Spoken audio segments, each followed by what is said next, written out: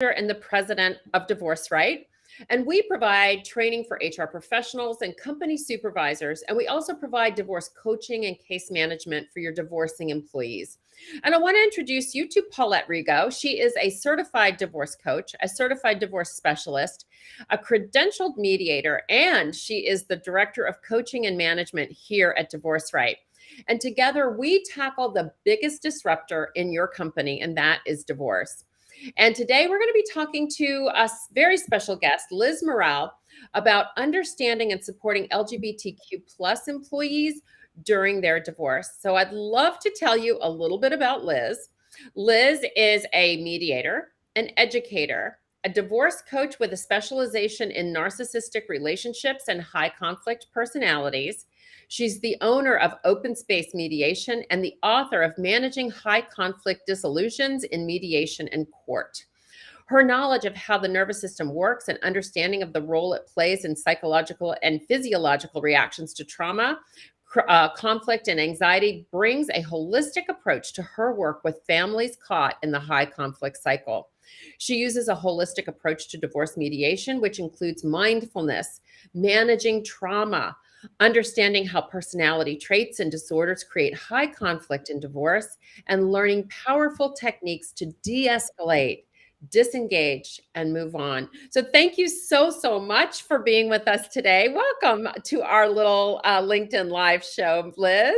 Thank you so much for inviting me. I've been really looking forward to talking to you both, and I'm excited to be here. And this is an important topic. So, Paulette, you always get us started. So why don't you take it away? I would love to. Hello to everyone out there. We're so happy to have this topic have a light shine on it, because when marriage with LGBTQ community became legal back in 2015, therefore so did divorce. And in this community, we none of us want divorce to be something anyone has to go through.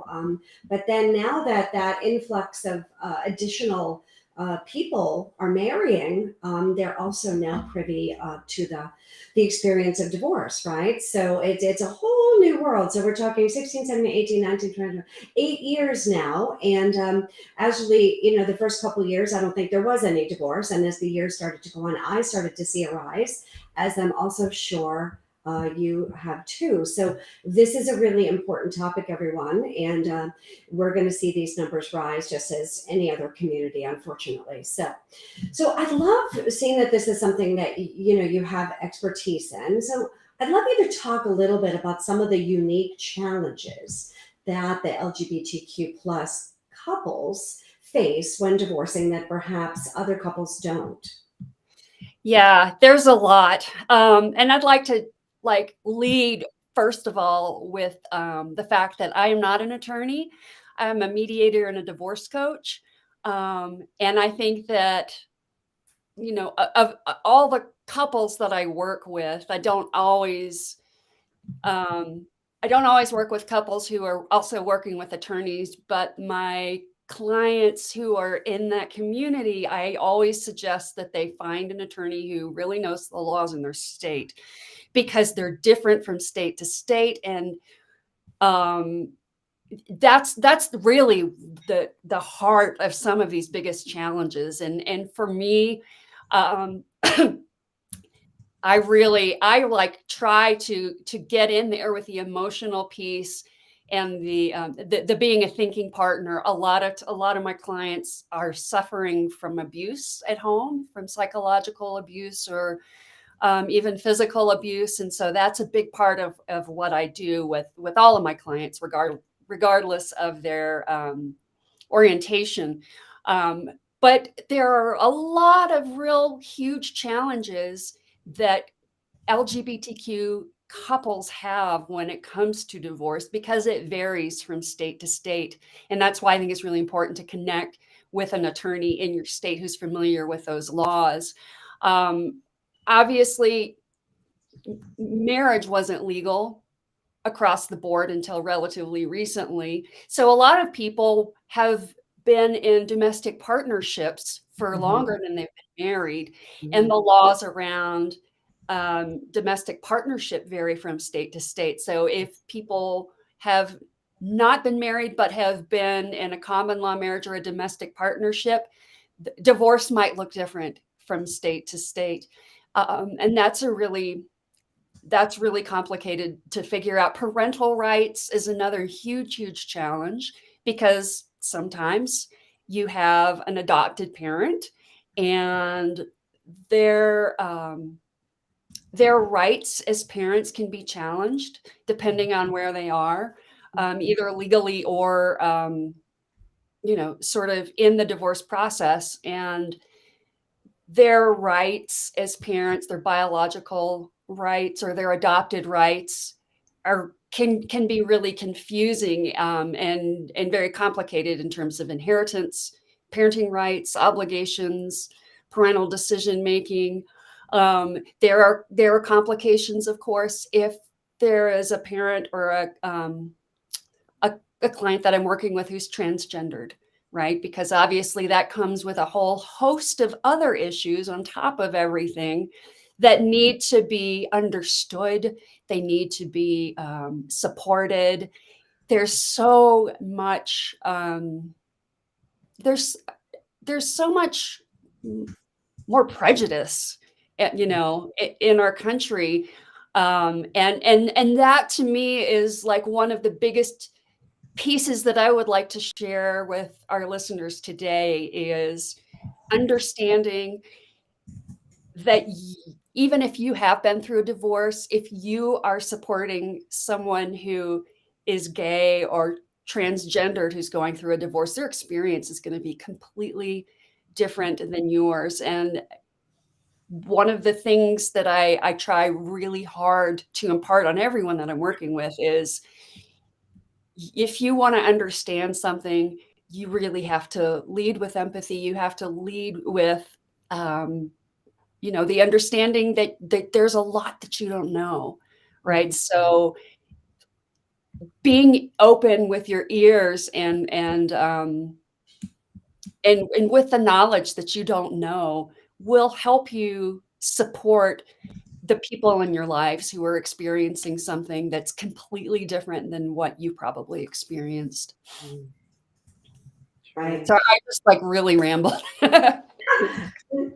No, I don't think you rambled at all. I mean, first of all, you hit a lot of topics, and there is a lot of prejudice and unknown and confusion. The laws do vary state to state to state. I often say that we do not live in, one country. We live in 50 little countries when it Mm. comes to divorce, and other topics too. But when it comes to divorce, the laws are hugely different when you see state to state, county to county, zip code to zip code.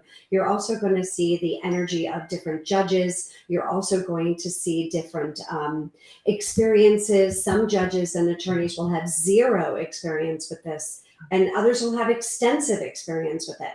I've worked with several, some in New York City. One partner moved to New Mexico, one stayed in New York City, one a couple in local, also a combination of religious and a gay marriage. And boy, talk Mm. about complicated. So it is complicated, multi-layered, where you're also dealing with adoption and custody issues, and sometimes you're also dealing with the surrogates, and that can even sometimes come into it too. It can be so much more layered. But the one thing that I see is that the legality of the legal work is typically written in language that does not apply. You often see wife and husband, husband and wife, and all of that means nothing. It has to all be changed and altered. So just the simplicity of a legal document that isn't applicable, if an attorney is not even aware that that language would need to be adapted, then you could see how the domino effect would just, Yeah, boil there's a over. lot of work to be done around Yep. this, a whole Right. lot of work to be done, and um, It's just, and it's new, and let's just face it. How long have we had a judicial system in the United States? Well, a couple hundred years, and it sometimes takes a couple hundred years for things to be updated and changed. So, we'll give them a little bit of slack there, but I do believe that there needs to be some language and templates for that, because to the best of my knowledge, there isn't. So we as mediators and divorce coaches really have to help them be proactive in that. So I think you brought up some really, really good points, Liz. You weren't rambling at all. So, but I'd like to segue a little bit. So how can, a company or even, someone like myself best support employees because their job is also paramount to the process too, who are happen to just be going through a divorce? And does that look different for them from an employee's point of view? How would that really be? Because so the companies are also, wow, this is new for us too. So how did they themselves manage to help them meander through it? How does it look different? Yeah.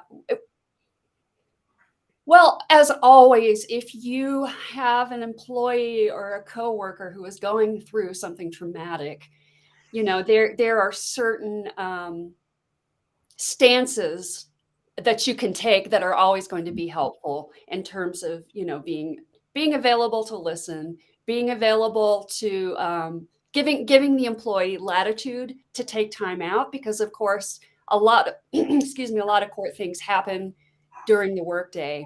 If there's a way to offload work that someone's doing onto someone else while they're going through this, there's that whole piece of just in general supporting people who are in your workplace who are going through divorce, because it can be extremely traumatic and it can impact productivity. It can impact a person's ability to communicate well. A lot of times people just really shut down.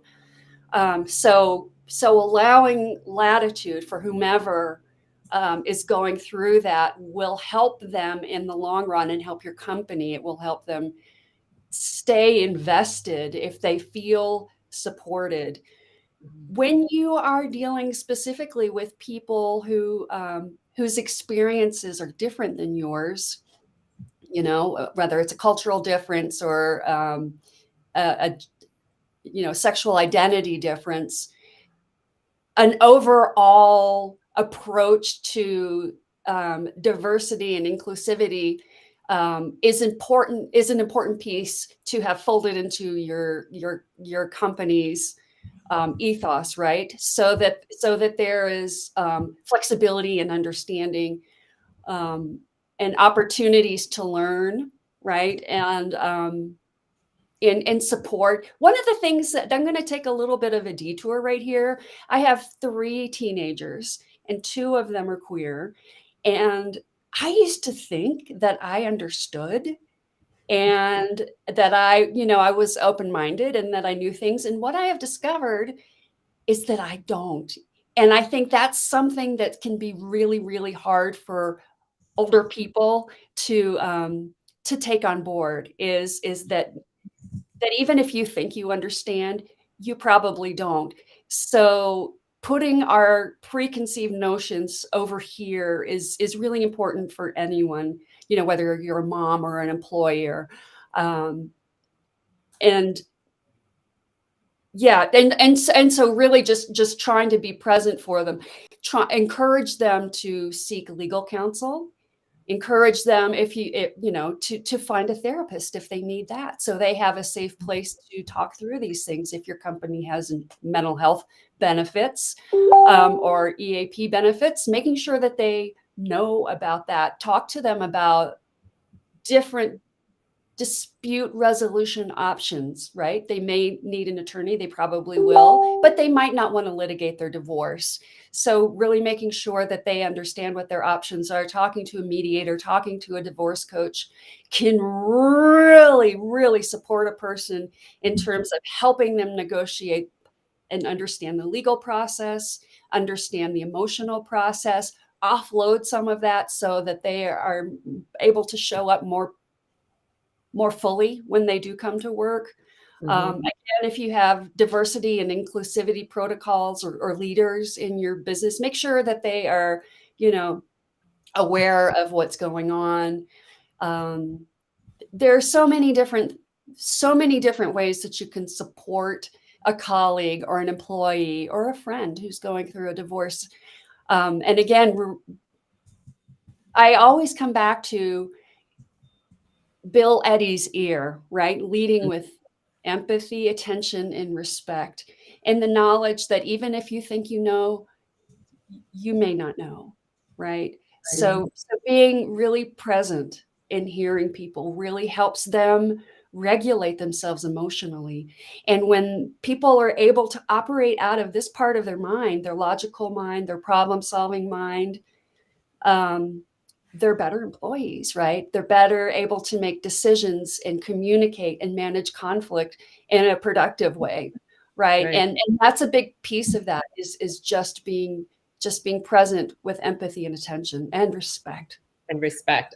And respect is that. And one of the things you had said earlier, and I think that this is what's really important for all of our HR people, anybody that works with employees to understand, is that while their divorce, generally speaking, a divorce is a divorce, they have other matters, particularly around the length of marriage. And you think about, a husband and wife, traditional marriage, if you will, that have been married for 25, 30 years, and that's considered a long-term marriage, and the courts can address that.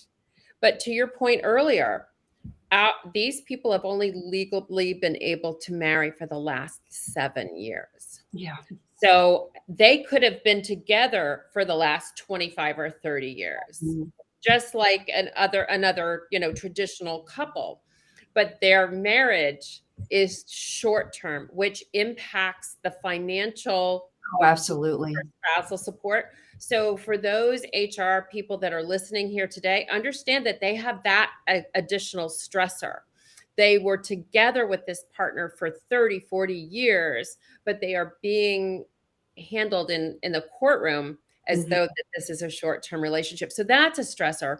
And then the other thing you mentioned that I think that's really powerful is that there are issues around adoption and biological parenthood, because only one of that couple is going to be, if either of the couple is an actual sperm donor or egg donor, or carried the pregnancy, and that has shown up to be problems for these people. Again, additional stressors that a traditional couple doesn't necessarily have. And we want to make sure that they put all of that together so that when you're dealing with them as an HR person, as they walk into your office or they're in their supervisor's office, that you can understand, right? You understand There's that so much at stake. They're dealing with stuff that's not visible to a traditional married a husband and wife type of relationship. They have added stressors, and that's really and truly the goal of absolutely absolutely. Of course, like the biggest the biggest challenges in divorce is finance and children, right? And in the case of gay marriage, it's just like that much bigger. There are so many unknowns. There are so many like legal weird areas that aren't cut and dried. There is even more at stake financially, and in terms of parental rights. I have a really dear friend who had children with her partner, and they dissolved their partnership, and she lost all of her rights to these children. It was a very huge court battle. It was pretty high profile at the time. But I mean, I can't even tell you how traumatizing that is, and how still she struggles. And this was years and years ago. We don't, like, we straight people in traditional marriages and going through traditional, divorces, don't have the same kind of challenges at all. We have our own challenges, but and I don't want to, excuse me, I don't want to overemphasize the difference, like this, the difference between this and this, because of course there are so many things that are also similar, right? Very. And that's important to understand too. I don't want to like drive home, like a divisive sort of thought framework here. Like, Sure. nuts. The But rules and laws do apply. Yes. right. And emotionally. But I mean, there are a lot of challenges that street people don't have to ever think about. Right. Right. And that's just something super important for those. So what can leadership do to recognize these issues, do you think? Well, I mean, and this is one of those cases where it's probably same across the board, right? I mean, when you see an employee having a hard time focusing or being more distracted or missing work, be able to show up empathetically and understand what's going on. If there's latitude for people to do work from home or take time off to deal with these things, that is going to help them show up and be more productive when they are available. It's going to help them reduce their stress. A lot of times, like I said earlier, people can become withdrawn. The communication can shut down. They might seem less confident. They might be really fearful of judgment. They might be afraid of having people at work know, right? And so making sure There's so much shame in this process, and right. and people react to it. So you talked about communication. So what kind of communication tips do you have to help these employees feel more supported during, a divorce? I love Bill Eddy and all of the things that he's brought to us as mediators and coaches. Empathy, attention, respect, letting people know that there is a safe space for them, but they don't need to feel obliged to talk to you about them. Don't ask them probing personal questions, because again, there's so many challenging feelings that come up during the divorce process that people might really not be willing to share. Making sure that you understand, I mean, just from the very basic, like gender pronoun preferences, like starting there and going all the way down. Being available if they need it, being flexible, helping them problem solve, helping them. Again, I always come back to helping people stay in their problem solving mind, right? If someone starts getting escalated, if someone starts becoming triggered, there's a lot less communication that can happen, right? So you really want to make sure that you are out of your own defensive mode, you're out of your judgment mode, so that the other person can show up not feeling judged or defensive. That's really where the best kind of communication happens. Leading with observations rather than judgment. That's a really huge thing that we can all use. Give us an example of that. So when I think about this, I think about the nonviolent communication framework that Marshall Rosenberg put forth, which is leading with an observation, and then a feeling, and then a need, and then a request. So rather than saying, "Why are you always late? These reports are constantly late." These reports are due on Friday. I need your report due in order to complete mine. So that's a need. Would you, and then a request, would you be willing to work with me to find a way so that, there's streamlined communication around this, or there's more information about when I can expect that, right? You're leading with observations, right? Things that happen, not not opinions about it. Like you're always late, or, you know, that, and plus that also sounds Can very you, I've noticed that you've been late.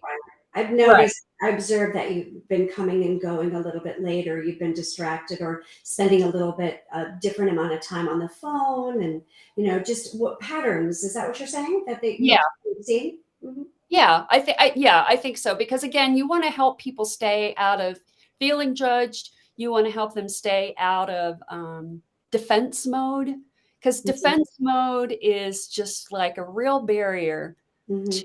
to problem solving. So if you can position yourself and what you're saying in a way that makes it feel like you are trying to problem solve with them. You are on the same side of the table. You have a common issue that you're trying to sort out, and that you're working with them, right? That you're open to hearing their suggestions. That you're able to brainstorm with them. Another thing that I think is really important is just really stay away from personal questions. You don't need to be their best friend. You don't need to be their advisor. You're not their therapist. You want to be supportive, but that, there's a line there, right? Where you're not probing, you're not making them feel obliged to tell you things they don't feel comfortable to tell you. There are therapists for that. So Yeah.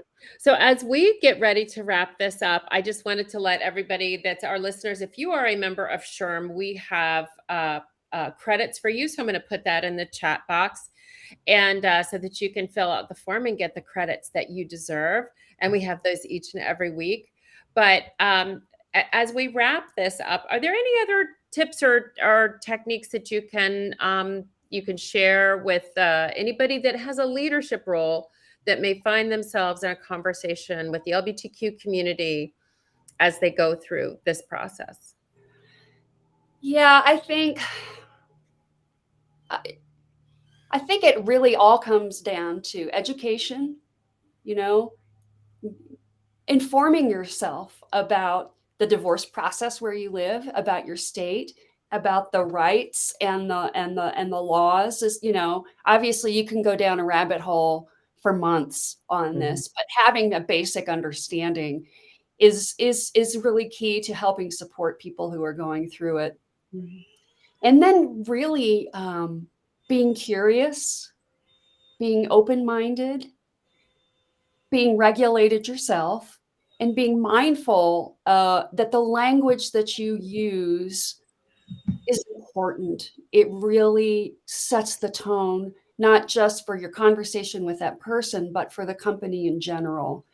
And you want to be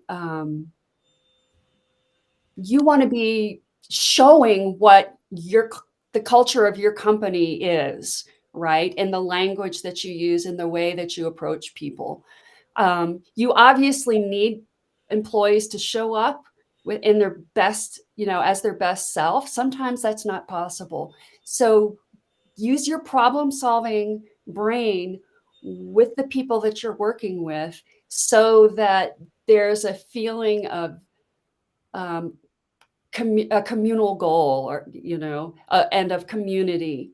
Um, and there are so many different ways that you can approach this. And I yeah, must I'm yeah. We're here, right? We're here to help anybody. If you have this issue in your workplace, please reach out to us, because we have experts like Liz and others that are here to help your employees as they navigate even more choppy and complicated waters as they move through it. So Liz, thank you so much for being with us this week. I think that this is a conversation we need to have more of, and we will on a regular basis, as we help your employees go through one of the biggest disruptors and the most challenging times of their life. And we expect people to be able to go through this process, on their own. And it's kind of like asking them to do their own surgery. Yeah, So we're so true. here, right? Right. We're here for your employees, no matter what the issues are. And I just wanted to let everybody know that next week we're going to be talking with Sherry Morris, and she's going to be talking about the mistakes that your employees make when they choose the way to divorce. And there's a reason for that, because we know that we can save your money and their mental health and well-being by understanding all of the different ways, because it doesn't always have to be, let's just lawyer up and get a shark on this.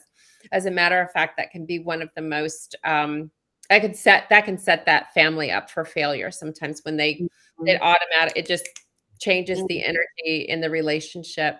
So Liz, thank you so much. Paulette, I am so excited to have you here by my side with me today. And I thank you all for watching, and these videos are available. You can go on all of our LinkedIn pages, mine and Paulette's, to see some of these in the past if you need those SHRM credits. So we're looking forward to working with you. If you have any questions, please reach out to us. And you can find out what divorce is costing your company by going on to our cost calculator at www.divorcerightinc.com. Thank you all so much, and I appreciate you all being here, and have a great weekend. Bye for now. Bye.